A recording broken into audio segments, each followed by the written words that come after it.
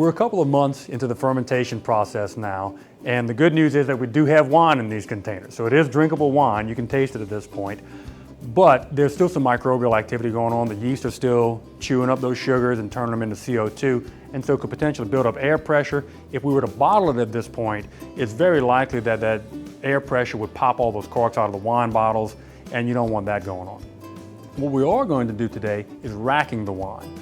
So there's some sediment at the bottom of these carboys, which is mostly dead yeast that have just fallen down to the bottom, and we want to clarify the wine. Those kind of things stay in solution and make a milky sort of colored wine if you don't take them out. So we're letting time just do us a favor and settle them on out.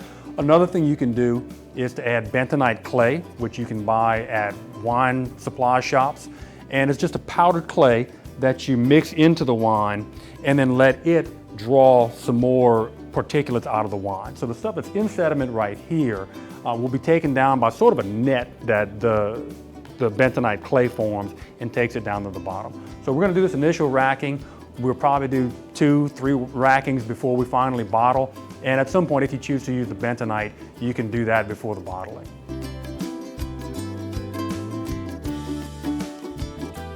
You've probably noticed that I've got a paper wrap over my carboy. Will actually had an old t-shirt over his, and the reason is we're trying to protect these wines from light. Over time, light will degrade the wine, and particularly it'll affect the color and kind of blanch it out. We have these things in our offices and the air conditioning under artificial light, so probably not a big issue as opposed to having it out in the middle of the field in the sun or something like that. But still, just to err on the side of caution, we went ahead and put these wraps on them.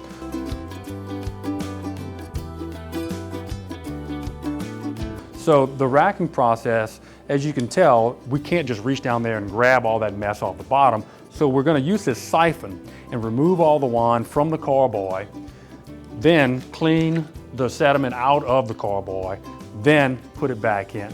And the whole time we're doing this, we want to be careful to get as little oxygen into the wine as possible. So you'll see me kind of holding this little tube against the side of the bucket and tilting it and trying to be gentle with this kind of thing to try to not work air into it.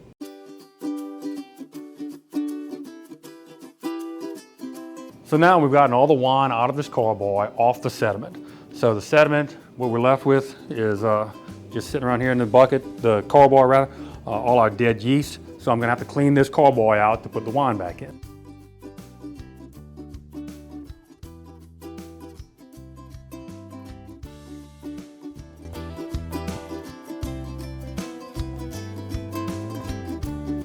So now that the carboy is all clean, we're going to lift this wine back up and have the clean carboy down here and more or less repeat the process. We've got the auto siphon, stick it in the bottom of the wine, tube goes in here, try to be gentle with it and avoid getting oxygen into it, and just a few good pumps,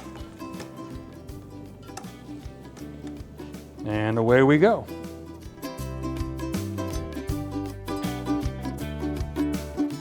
Now that we've got all our wine safely in the carboy, we're going to put this airlock on top there. Again, it might be a little bit of fermentation still going on. We're not super worried about that.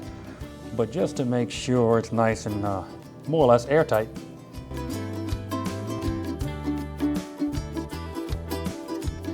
All right, y'all. I'm gonna rack my batch of wine here. And just to kind of show you, there's we talk about the concepts of doing this. There's many ways to get this done. Andre showed us, he went from his carboy into a 5-gallon bucket, then he cleaned that carboy, and then he racked it from the bucket back to the carboy. I went ahead and I purchased a second carboy. That way I could just have it ready to go, clean, so I could transfer it over, and then I could, finish fermenting in here.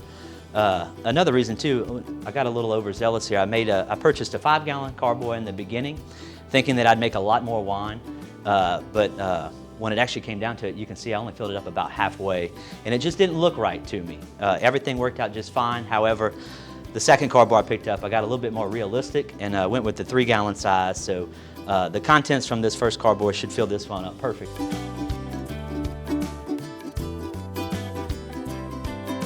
Y'all, another thing that I kind of just did a little bit different from Andre is you can see I got these big, nice orange carry handles.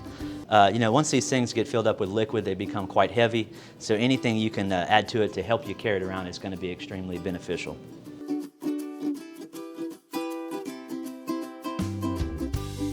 Going to remove that airlock from the top of the carboy.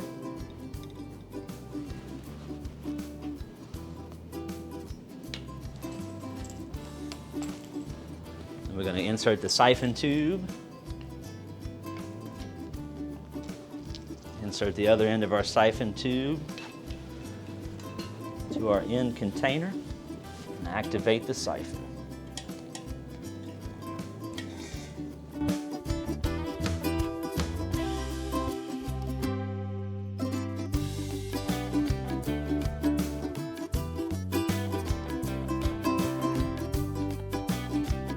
We got the second carboy completely filled up, everything transferred over just fine. So now we got to put that water seal valve on there because those yeast, they're still feeding a little bit in there, producing that CO2.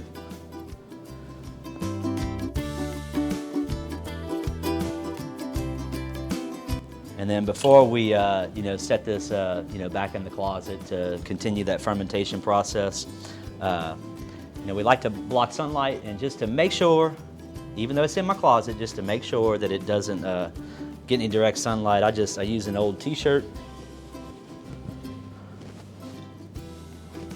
I can kind of just kind of drape over the side there.